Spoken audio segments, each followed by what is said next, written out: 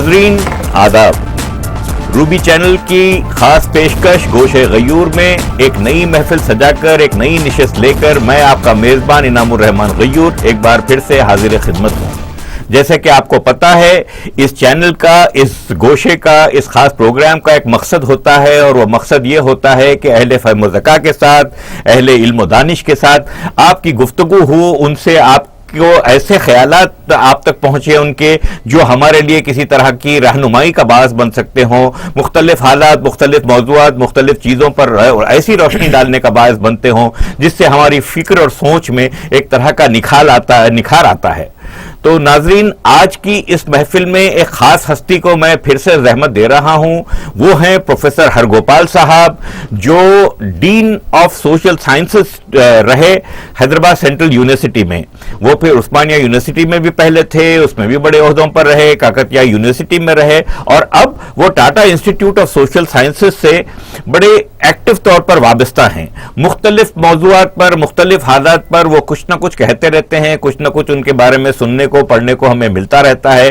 तो आज Ruby channel की पेशकश गोशे गयूर में मैंने उनको जहमत दी है कि वो बिल्कुल हालात हाजिरा पर बिल्कुल नई नई जो बातें हो रही हैं मुल्क में हो या शहर में हो या हमारे सूबे में हो, उनसे मुताल्लिक उनके ख्यालात को जानने की कोशिश करें, साथ साथ खुद उनके बारे में भी कुछ जानने की कोशिश करें और उनका बचपन, उनका माजी, उनका तालीमात वगैरह, वो सारी चीज़ों के बारे में भी हमें वाक़फियत हो। तो आइए खैर मकदम करते हैं जनाब प्रोफेसर हरगोपाल साहब का, जो फॉर्मर डीन रहे हैदराबाद सेंट्रल यूनिवर्सिटी के। सर नमस्कार, वेलकम, आदाब जी। आदाब। तो सर आप पुरानी हैदराबाद रियासत के जो एक गंगा जमनी तहजीब थी उसके एक बहुत अच्छे नुमाइंदा, एक बड़े अच्छे अलमबरदार, उसके एक जो है टॉर्च बियरर हैं आप अपने बारे में हमारे नाज़रीन को बताइए कि आपका बचपन कैसा गुजरा, आपका की तालीम कहाँ से हुई, कहाँ से आपका ताल्लुक है और किस तरह का माहौल था जब आपके बचपन में, अब क्या बदल गया? मैं जो है जब हिंदुस्तान को इंडिपेंडेंस आया जी, तो मैं इंडिपेंडेंस आने के बाद, अब तो हैदराबाद का तो हिस्सा 1948 17 सितंबर से जी जुड़े हैं।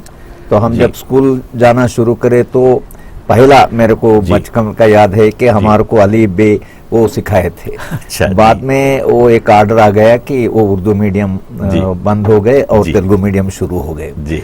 तो मेरे को अभी भी पहले 2-3 जो दिन जो है हम जब स्कूल गए तो स्कूल में वो लोग हमसे कहे कि आप ये अली बे पे ये करना जी। तो बाद में जो है हमारा पूरा एजुकेशन जो है हमारे गांव में ही, हाई स्कूल तक मैं हमारे गांव में ही पढ़ा। महबूबनगर जिला में मगलगिद्दा गांव है हमारा।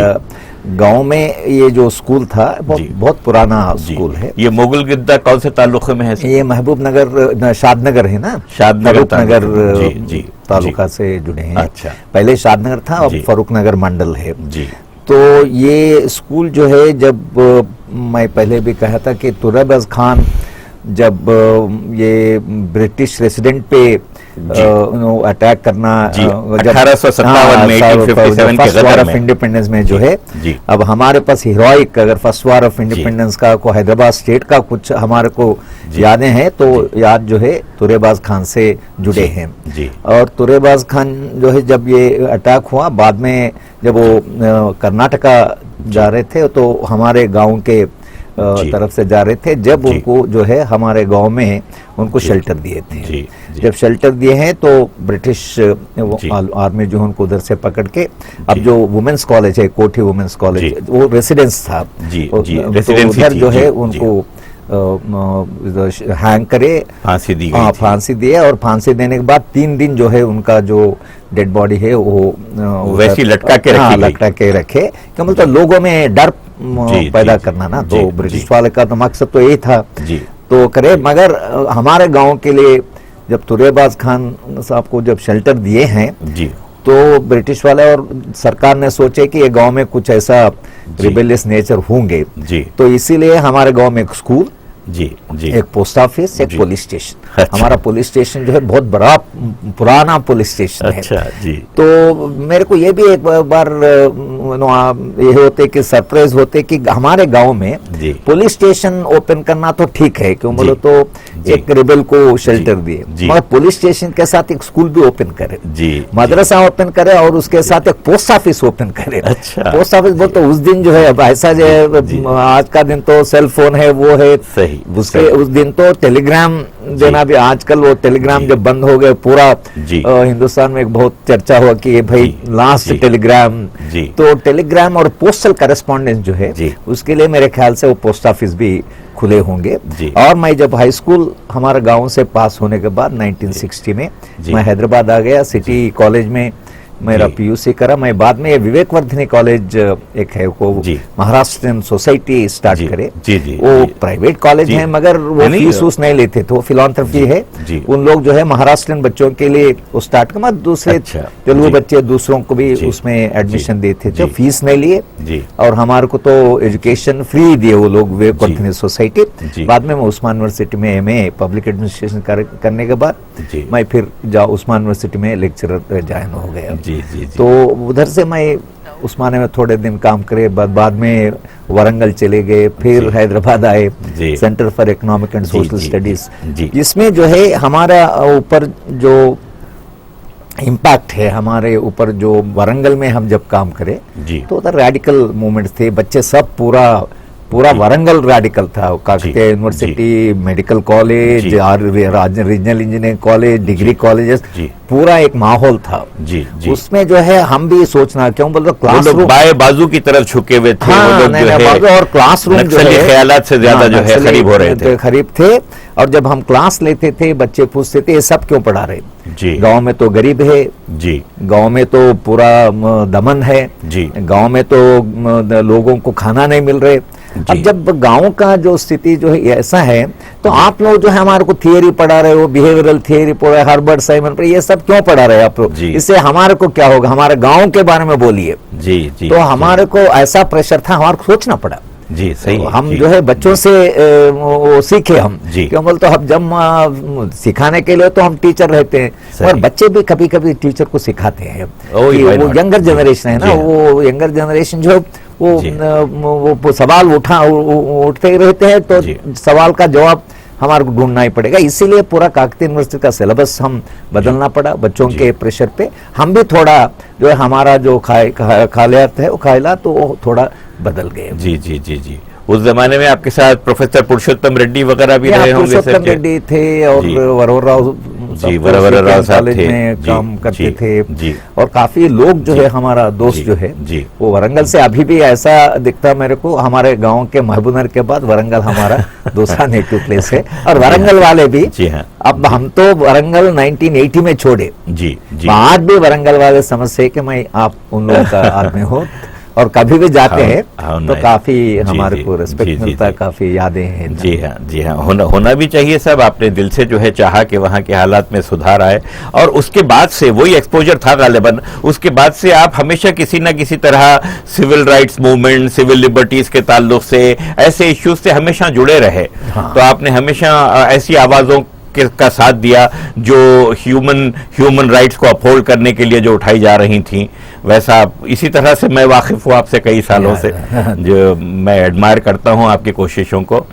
जी साहब, बात तुर्रेबाज खां की 1857 की चली, तो मैं आगे बढ़ने से पहले आपसे एक ज़िमनी सवाल करता चलूं। रिसेंटली आपका एक आर्टिकल डेक्कन क्रॉनिकल में आया, उसमें मैंने पढ़ा नहीं, उसमें यह बोला गया कि आपके कुछ ऐसे ख्यालात हैं जो ख्यालात रेगुलर यानी क्या कहते हैं स्टेटस को अपहोल्ड करते हैं, वही फीलिंग वही ख्यालात जैसे आमतौर पे प्रोपेगेंडिस्ट ख्यालात थे, वैसे ख्यालात को आपका ऐसा कहना उनको सपोर्ट करता है जो एक तरह से जो है एंटी मुस्लिम एलिमेंट्स हैं, उन लोगों के ख्यालात को सपोर्ट करता है, ऐसी बात कही गई।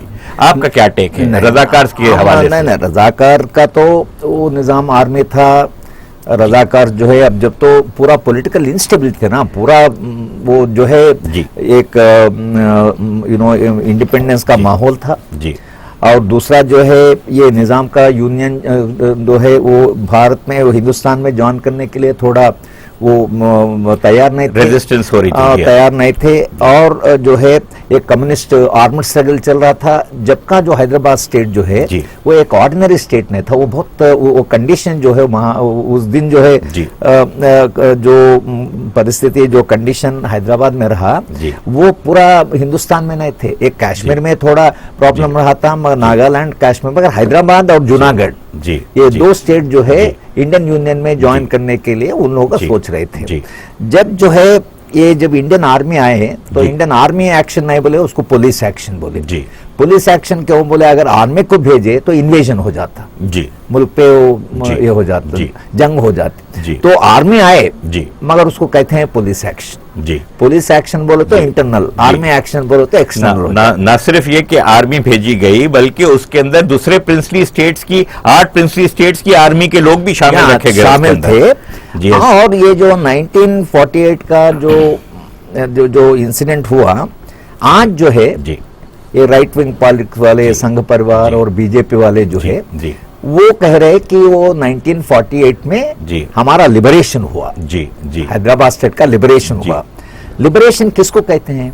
लिबरेशन ये है कि निजाम का रूल खत्म हो गया और इंडिया का यूनियन आ गए, वो इंडियन यूनियन में वो शरीक करवा लिए, फोर्स करे क्या करे, वो इंडियन यूनियन में ज्वाइन हो गए, उसका लिबरेशन नहीं कह सकते हैं। और ये ऐसा उन लोगों का इंटरप्रेट कर रहे हो जो इतिहास को जो है, तो हमारा पूरा हिस्ट्री को जो है ऐसा इंटरप्रेट कर रहे हैं कि ये जो मुस्लिम और ये मुस्लिम रजाकार और हिंदू इंडियन आर्मी, मेरे ख्याल से हिस्टोरिकली बहुत रॉन्ग है, इतना इनकरेक्ट है। क्यों बोले? एक गलती, बहुत बड़ी गलती है। मैं इसीलिए तो बीजेपी से मैं एक चर्चा ही चलाऊं, मैं 6 आर्टिकल्स लिखा हूं अभी तक। मैं ये कह रहा हूं कि रजाकार जो है जो कुछ दंगे करे वो करे तो हिस्टोरिकली इट्स ए फैक्ट, मगर ये रजाकार को जो है सपोर्ट जो दिए ना, ये पूरा हिंदू लैंडलॉर्ड्स थे। सर, तो ये मुस्लिम वर्सेस हिंदू नहीं हो सकता। रजाकार थे और हिंदू लैंडलॉर्ड्स थे, और कम्युनिस्ट जो है रजाकार से लड़ रहे थे। आप आज ये कहे कम्युनिस्ट के बारे में बात नहीं करते, हिंदू लैंडलॉर्ड्स के बारे में बात नहीं करते, आप ये की बोलते कि रजाकार से दंगे करे। रजाकार दंगे करे अलग बात है, मगर रजाकार को हिंदू लैंडलॉर्ड जो है क्यों उनको मदद दिए? अब जब वो मदद दिए तो हिंदू वर्सेस मुस्लिम कैसा होता? ये तो हिंदू मुस्लिम, मैं यही रॉन्ग परसेप्शन को राइट करना चाहता हूं, क्योंकि अब हम 60-65 साल आगे आ गए हैं। अब कम से कम हमको तारीख को उसके सही पस मंजर में, प्रॉपर पर्सपेक्टिव में हमको देखना चाहिए। वही टेक मैं लेना चाह रहा था, क्योंकि इसी फोरम पर कैप्टन पांडुरंगा रेड्डी साहब ने भी बड़ी खुल के बातें बताई, और उन्होंने जो है वो खुद जो है इसके बड़े खिलाफ हैं कि इस तरह की डिवाइड को क्रिएट नहीं होना चाहिए, बल्कि इस डिवाइड को ब्रिज होना चाहिए। प्रॉपर पर्सपेक्टिव में समझने की जरूरत है। वो रजाकारों की 4 वैरायटीज बताते हैं, उसके अंदर ये हिंदू लैंडलॉर्ड्स के जो है लोग थे वो रजाकारों के साथ शामिल थे, वो इस बात को बताते हैं। और वो सेवा दल के लोगों को भी बताते हैं कि वो लोग भी रजाकार का रूप धार के जो है बॉर्डर क्रॉस करके आते थे, भंडारा डिस्ट्रिक्ट की तरफ से, शोलापुर की तरफ से, और उस तरफ रायचूर, बेलारी की तरफ से। बहरहाल ये है सर कि हमको हालात को सही तौर पर समझकर एक दूसरे से अगर कोई निफाक है, किसी तरह के डिफरेंसेस हैं, तो उसको दूर करना चाहिए, ना कि जो है और उसको बढ़ाते चले जाएं। मैं इसीलिए ये कहा कि एक हिस्टोरिकल इवेंट जो है 1948 में जो हिस्टोरिकल इवेंट है उसको अब जो है 3 तरह से देख रहे हैं। एक है कि बीजेपी का वर्जन क्या है, ये मुस्लिम जो है, मुसलमान जो है हिंदू औरत को ये करे वो करे, इंडियन आर्मी करके हैदराबाद स्टेट को, हिंदूज को वो सेव करे, और पूरा ये जो है लिबरेट हो गया। लिबरेट किन से? निजाम से। ये उन लोगों का कहना है। दूसरा है भाई जो 1948 में हुआ, ये हैदराबाद स्टेट जो है इंडियन यूनियन में ज्वाइन हो गए, integration with Indian union. Third लोग कह रहे भाई वो लिबरेशन नहीं था, यूनियन था, मगर जो हैदराबाद स्टेट ज्वाइन होने के बाद जो है हैदराबाद में परिस्थिति नहीं बदली, इतना रेवोल्यूशन नहीं आए कि पूरा ये जो एक्सप्लॉयटेशन है, लैंडलॉर्ड्स जो थे जो रजाकार को करे, रजाकार खत्म हो गए, मगर लैंडलॉर्ड्स जो रजाकार को मदद दिए वो गांव चले गए। गांव चले जाके वो आप फिर कांग्रेस पार्टी में ज्वाइन हो गए। वो रुमाल टोपी रखने वाले जो है गांधी टोपी बदल दिए, और वही लोग मिनिस्टर बने। वही लोग आज जो कांग्रेस पार्टी में, डिफरेंट पॉलिटिकल पार्टी में है। अब बीजेपी का भी सोशल बेस जो है, ऐसे लैंडलॉर्ड्स, ऐसा कॉन्ट्रैक्टर्स जो है, वो उन लोगों का सोशल बेस है। अब आप हिस्ट्री को जो है ये मुस्लिम वर्सेस हिंदू कहे तो जी कम्युनिस्ट जो है हिंदू से नहीं थे ना, कम्युनिस्ट हिंदुइज्म के लिए नया वो एक रेवोल्यूशन के लिए फाइट कर रहे थे। जब उसमें तो बड़े बड़े मुसलमान पोएट्स थे, मखदूम थे, तो आई मीन तो आप ये नहीं कह सकते कि मखदूम जब कम्युनिस्ट पार्टी में बंदगी जो उसको जो मार डाले लैंडलॉर्ड जो है, बंदगी जो है वो मुस्लिम था, मगर लैंडलॉर्ड्स उनको मार डाले। क्यों बोलो तो बंदगी ऐसा पूछा भाई मैं क्यों ऐसा मैं जिंदगी दे रहा हूँ, तो वो तो रिवोल्ट करा उनके हिंदूज के साथ, तो बंदगी भी हमला तो चला है ना, तो स्ट्रगल चला है। इसीलिए जो है जब हिस्टोरिकल इवेंट को आप एक 60 साल बाद आप देखते हैं तो ऐसा देखना कि इससे जो हम इंटरप्रिटेशन देते हैं मुसलमान और हिंदूज का उनका वो जो सॉलिडारिटी है जी वो बढ़े जी राइट। अब जो मुसलमान इंडिया में जी वो ठहरने के लिए कहे और बोले कि हम तो हिंदुस्तान में रहेंगे, अब तो ये बहुत बड़ी बात है ना जी। अब सब लोग तो पाकिस्तान चले नहीं कि क्यों वो हिंदुस्तान में ठहरे, वो समझे हिंदुस्तान हमारा है। जब हिंदुस्तान हमारा, जो मुसलमान हैदराबाद में या हैदराबाद स्टेट में वो उन लोग जो है पाकिस्तान जाने बगैर जब इधर है तो इंडियन से हो जाते। और आप ये नहीं कह सकते कि ये मुसलमान वो रजाकार को सपोर्ट है, ये भी नहीं कह सकते। तो जब हिस्ट्री को इंटरप्रेट करते हैं ये दो मजहब है जो दोनों का रिलीजन है, मगर रिलीजन बीच में क्यों लाते? बहुत सही। कम्युनिस्ट का वर्सेस रजाकार वो रिलीजन का सवाल नहीं है, इंडियन आर्मी वर्सेस और रजाकार जो उस हिंदू मुस्लिम का सवाल नहीं है, लैंडलॉर्ड जो सपोर्ट है वो हिंदू मुस्लिम का सवाल नहीं है। तो इसीलिए मैं ये कहता हूँ कि रजाकार पे जो दो दंगे चलाए 1940 में हुआ, ये कम्युनल इवेंट नहीं है, ये कम्युनल इवेंट नहीं हो सकता। जी सर जी सर जी सर, इस पे ज़्यादा बात हो गई सर। और आज बहुत सारे बर्निंग इश्यूज हैं, एक हमारे स्टेट का इश्यू तो है ही है, उस पर भी मैं आपके ख्यालात जानना चाहूँगा। लेकिन ये बिल्कुल जो रिसेंट एकदम इमीडिएट करंट जो बात है कि सुप्रीम कोर्ट ने नेगेटिव वोट की बात की है और ये कहा है कि the citizen is entitled to not vote, यानी नेगेटिव वोट, उसको जरा आप विस्तार से जरा समझाएं हमारे व्यूअर्स को कि क्या मानने हैं इसके, क्या इम्प्लीकेशन हो सकते हैं? नॉट वोट नहीं जी, नॉट वोट बोले तो अब भी हम हमारे जो घर में भी रह के नॉट वोट कर सकते हैं। हाँ, कॉन्स्टिट्यूशन जो है, कॉन्स्टिट्यूशन में आप वोट डाल सकते हैं, वोट नहीं भी डाल सकते हैं, वो भी आपको हक है। मैं वोट नहीं डालूंगा तो आप ये नहीं कह सकते क्यों नहीं डाले, मेरे को जेल में डालना केस तो नहीं, कॉन्स्टिट्यूशन जो है दोनों परमिट करे। मगर ये सुप्रीम कोर्ट जजमेंट ये कह रहे हैं कि देखो आप 4 कैंडिडेट्स जो है इलेक्शन में कॉन्टेस्ट कर रहे हैं, 4 भी हमारे को पसंद नहीं है, ठीक है, तो मैं क्या करना? जी सही। अब आप ये बोल रहे हैं कि भाई आप वोट डालो, मैं वोट डालने के लिए तैयार हूं, मैं इलेक्शन पोलिंग बूथ जा रहा हूं जी जी। और ये 4 लोगों का नाम जब मैं देखा तो मेरे को ये बोल रहे कि 4 लोग एक ही है, ये कोई जीते तो भी हमारे को जीते तो भी हमारे को कुछ ये फायदा होने वाला नहीं है। जब मैं ये सोचता हूँ कि हम क्या करना, तब सुप्रीम कोर्ट कह रहे भाई नन ऑफ द अबव, ये 4 लोग मेरे को पसंद नहीं है जी, ठीक है, 4 लोग पसंद नहीं है। अगर ज्यादा लोग वोट करना शुरू करे जी तो मेरे ख्याल से ये पॉलिटिकल पार्टीज जो है ये समझ जाएंगे भाई लोग जो है हमारे को पसंद नहीं कर रहे। क्यों बोलते वोट डालते ही वो कैंडिडेट समझते हैं कि हमारे कितना वोट आ गए, इतना वोट क्यों आ गया भाई, दूसरे तीसरों से तुम थोड़ा बेटर होंगे या क्या करना, कौन सा पत्थर हुए तो क्या सर फोड़ने के लिए कौन सा पत्थर हुए तो एक आदमी को हम वोट डाले। नन ऑफ द अबव बोलने से एक ऐसा माहौल बन जाएगा कि लोग जो है भाई ऑल 4 कैंडिडेट जो पॉलिटिकल पार्टीज रखे, भाई आप जो कैंडिडेट को इलेक्शन में कंटेस्ट के रखे, ये 4 लोग एक ही तरह है जी, गुंडे है समझे, 4 गुंडे हैं जी, 4 ऐसे है कि वो लोग जो है कुछ हमारे को करने वाले, 4 करप्ट है समझे।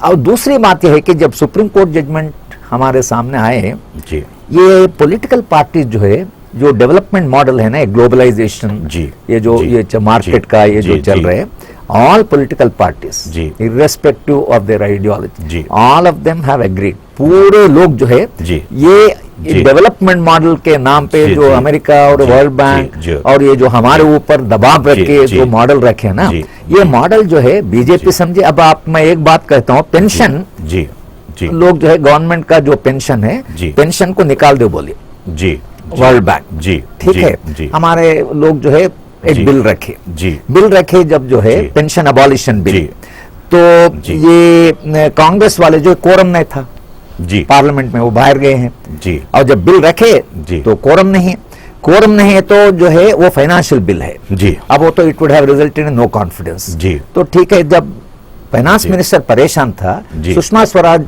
उठ के जो बोले भाई हम भी मदद करेंगे, हमारे को पेंशन निकालना ही है, जी जी तो बीजेपी वाले वोट डाले जी। और पेंशन अबालिश हो गए। जी अगर बीजेपी कैंडिडेट है, कांग्रेस कैंडिडेट, तो मैं किसको वोट डालना, दोनों पेंशन के अगेंस्ट थे जी। और हम चाहते हैं कि पेंशन कंटिन्यू है जी। तो इसीलिए नहीं, जब तो पेंशन अबॉलिश हो गई कह रहे हैं आप। 2004 से जो है जी अब आज जो गवर्नमेंट एम्प्लॉय को अपॉइंटमेंट आर्डर देते हैं जी। उसमें पेंशन, वो पीपीएफ कुछ अलग है, मगर जी। जो जिंदगी भर हमारे को जो पेंशन जी। मिल रहे जी। तो वो पेंशन स्कीम जो है, जी। अब फ्रांस में भी ऐसे करे थे, जी फ्रांस में ऐसा करे तो लाखों लोग जो है पेरिस आके, लाखों लोग जी एक हफ्ता जो है पेरिस में वो पेंशन का जो है फिर रिस्टोर करके चले गए। अब जी। हिंदुस्तान में ऐसा झगड़ा नहीं हुआ, ऐसा प्रोटेस्ट नहीं हुआ, जी। सब लोग जी। मान लिए, जी। कोई उसके बारे में पूछे नहीं, उसके बारे में चैलेंज नहीं करे। जी अब हम सर। क्या कर सकते ये तो लिबरलाइजेशन के नाम पे जो रिफॉर्म्स की बात की है सर, वो रिफॉर्म्स एक्चुअली यानी पब्लिक के हित में बिल्कुल भी नहीं है, बल्कि स्ट्रिक्टली अगेंस्ट द पब्लिक होते जा रहे हैं। और Yes. जितने भी देख लें हम देखते हैं कि लिबरलाइजेशन के बाद टेलीफोनी की एरा शुरू होती है और उसके अंदर कॉल रेट्स एकदम स्काई जो रॉकेट करते हैं। जो 1 घंटे की एक कॉल हुआ करती थी वो 3 मिनट की एक कॉल होने लगी। उसी तरह मेडिसिन के प्राइसेस में एकदम से जो है तेजी से बढ़ावा होने लगा। उसी तरह मेडिकल केयर बहुत ज्यादा स्कैर्स हो गई, यानी कम से कम लोगों को मिल रही, क्योंकि सबसे ज्यादा कॉर्पोरेट हॉस्पिटल्स को वो होने लगा। तो ये पेंशन वाली जो बात है, तो एक गोल्डन हैंडशेक, यानी आदमी रिटायर हो जाने के बाद एक हाथ मिलाया और ये बोले कि ये पैसे लीजिए और आप जो है बस सुख चैन से रहिए, तो इसके अंदर भी वाकई बड़ा नुकसान हुआ है। नहीं, कोई अब ग्लोबलाइजेशन से अब हमारा मुल्क जो है जी काफी क्राइसिस में गिर गए। इतना जी। क्राइसिस है कि जी। लोगों को समझ में नहीं आ रहे, जी सर। लोगों को समझ में नहीं आ रहे। मगर ऐसा अगर ये मॉडल और एक जी। 10 साल या 15 साल चले जी तो आप ऐसा देखेंगे कि इतना इकोनॉमी में इफेक्ट हो जाएंगे जी। कि हिंदुस्तान को जीना भी मुश्किल हो जाएगा। मगर लोग समझ रहे नहीं। जी क्यों बोलो तो ये जो वर्ल्ड बैंक वाले जो है वो क्यों हमारे को कर्ज दे रहे हैं। जी जब वो कर्ज देते हैं आपको, जी जी तो रहमान साहब गए, भाई हमारा बच्चे का शादी है, कुछ खर्च होना, जी तो क्या करेंगे रहमान साहब, कितने पैसे खर्च करना शुरू चाहते, जी। तो आप बोले 1-2 लाख दीजिए। 2 लाख क्यों, 4 लाख लीजिए ना, अच्छा करिए शादी बच्ची का। अच्छा जी तो और कितना इंस्टॉलमेंट, आप जी। बोले साहब मैं 100 इंस्टॉलमेंट, जी। नहीं 100 नहीं 50 इंस्टॉलमेंट। जी कितना इंटरेस्ट, मैं जी। एक 4% नहीं 2% इंटरेस्ट दो। अब आप ऐसा खर्च जी। देने वाला दुनिया में कोई नहीं मिलेगा। आप इतना खुश हो जाएंगे जी, जी। कि भाई मेरे को ये खर्च होना चाहिए। जी। जब खर्च देने के पहले एक बोलते एक कंडीशन है, जी कंडीशन ये है कि आपका बच्ची जी। जिससे शादी करना हम चूज करते हैं, हम जो बच्चे को बोलते हैं उसको ये बच्ची को देना, जी बस उसको देना होना है। आपका दामाद पे जी। कंट्रोल होना बस। जी जी तो जी, आप जी। दामाद पे कंट्रोल रखने के लिए इतना हमारा खुश करते, खर्च जी, एक जगह पे देते हैं जी, जी, और ये कहते जी, क्या कहना, जी, जी। क्या आप करना क्या नहीं करना उन लोग ही डिसाइड करते। जी अब जी, देखिए वर्ल्ड बैंक का लोन जो है आंध्र प्रदेश को बंद कर दिए, जी जी राइट। अब जी। 3 साल पहले बंद जी, करे और एक जी। रिपोर्ट दिए, जी उसमें ये कहे कि ये आंध्र प्रदेश को हम लोन देने के लिए तैयार नहीं। क्यों, जी। इन लोग फूड सब्सिडी दे रहे, जी इलेक्ट्रिसिटी सब्सिडी दे रहे, जी फूड कॉर्पोरेशन ऑफ इंडिया को प्राइवेटाइज नहीं करे, जी प्रोक्योरमेंट को प्राइवेटाइज नहीं करे, जी। 32 पब्लिक अंडरटेकिंग को नहीं बेचे। हम बोले तो भी इन लोग बेचे जी, नहीं, जी, ठीक है। जी। और ये कह रहे कि स्कूल टीचर का रिक्रूटमेंट हम स्टॉप करो बोले, और जी। स्कूल टीचर का रिक्रूटमेंट कर रहे। जी जी और ये पूरा हम पब्लिक अंडर बेचे बोलो तो आप बेचे नहीं, सब्सिडी बंद कर बोल तो सब्सिडी नहीं, टीचर का रिक्रूटमेंट बोल तो आप सुने नहीं, इसीलिए हम आपको खर्च हम बंद कर रहे। ये कैसा है कि टीचर का रिक्रूटमेंट, ये कौन है, जी, ये वर्ल्ड बैंक वाले जी, जो है जी। खर्च देने वाला। जी जी जी कैसे हमको इंटरेस्ट dictate ले, कर आप सकते हैं? आके जी। बोले भाई हमारा इंटरेस्ट क्या हुआ, जी हाँ। इतना है ना। जी। मनी लेंडर का क्या जी। काम है, आपको जी। मनी दिए तो जी। भाई हर महीना आप इंटरेस्ट दो। जी। मैं ऐसा नहीं है ना इनका, जी। आप घर में क्या खाना, जी। क्या नहीं खा सकना, जी। आप जी। मटन खा रहे, नहीं आज मटन नहीं खाना, क्यों बोलो तो तुम हमारे पास से खर्च लिए। जी हाँ, जी हाँ। तब आदमी का जो पूरा मुल्क पे जो है ऐसा धागा रखे कि जी। जो कोई जी। वो वर्ल्ड बैंक जी। कहे कि आज जो है हमारा पूरा जो जी। ऑल इंडिया लेवल पे जो है जी। इतना हम सरेंडर करें जी। कि न्यूक्लियर पे हम जी जी। वो प्रेशर में लिए। जी। ईरान इराक का जो हमारा फ्रेंडशिप था वो खत्म हो गए। तो पूरा अरब वर्ल्ड से जो है इंडिया का जो है नेहरू के जमाने में नॉन अलाइनमेंट में वो इजिप्ट का आई मीन और फाउंडर मेंबर थे नेहरू साहब, जमाल नासिर, नाजर एंड ऑल पूरा अरब वर्ल्ड में जो है इंडिया हिंदुस्तान के लिए काफी रेस्पेक्ट। आज जो है पूरा वर्ल्ड में जो है हम पूरा दोस्तों को घूम ले। क्यों? क्यों अमेरिका को नजदीक जाना, नजदीक क्यों जा रहे हैं कुछ किसी को पता नहीं, मगर अमेरिका जो आपको अमेरिका बोले आप वो कर रहे। तो ये खर्च लेने से, ये ग्लोबलाइजेशन से जो है हमारा सॉवरेंटी जो है, जो पावर पीपल ऑफ इंडिया का जो है फ्यूचर डिसाइड करने का, वो पावर हम सरेंडर करें। इकोनॉमी ऑटोनॉमी बहुत इफेक्ट हो गए। इसीलिए जो है काफी अब लैटिन अमेरिका में यही करे। और लैटिन अमेरिका में अब चावेज जब वो वेनेजुएला में प्रेसिडेंट बने तो अमेरिका वाले बोले पूरा ऑयल कॉर्पोरेशन को नेशनलाइज करे और अमेरिका वाले को आप चले जाइए, बस हमारा मुल्क से चले जाइए, हम आप आने से हमारा मुल्क बर्बाद हो गया। अब इंडिया को अभी समझ में नहीं आ रहे, मगर समझ में आना चाहिए। और ये जो पब्लिक ओपिनियन है उसको और थोड़ा हम एजुकेट करके, भाई ये खर्च क्यों ले रहे, किसके यूज कर रहे, क्या प्रेशर है, क्या दबाव डाल रहे हैं आपके ऊपर, और आप दबाव को क्यों ये खर्च देने वाला है, क्यों ये सब कर रहे हैं, कि ये प्रश्न जो है, ये क्वेश्चन जो है, सवाल हमारे को उठाना ही पड़ेगा। जी सर, ये सवाल उठाने की बहुत शदीद जरूरत है और इंतहाई तेजी से और शद्दोमत के साथ उठाने की जरूरत है, बड़ी स्ट्रेंथ के साथ उठाने की जरूरत है, वरना आपने जैसे फरमाया वाकई एक कैलेमिटी की सूरत के हमारे सामने खड़ी हो जाएगी। नाजरीन, बहुत दिलचस्प गुफ्तगू हो रही है, साथ से इंतहाई मालूमाती बातचीत हो रही है। आप कहीं जाइएगा नहीं, वक्त हो गया है एक छोटे से ब्रेक का। हम एक वक्फा लेकर अभी आते हैं साथ से सिलसिला गुफ्तगू जारी रखने के लिए।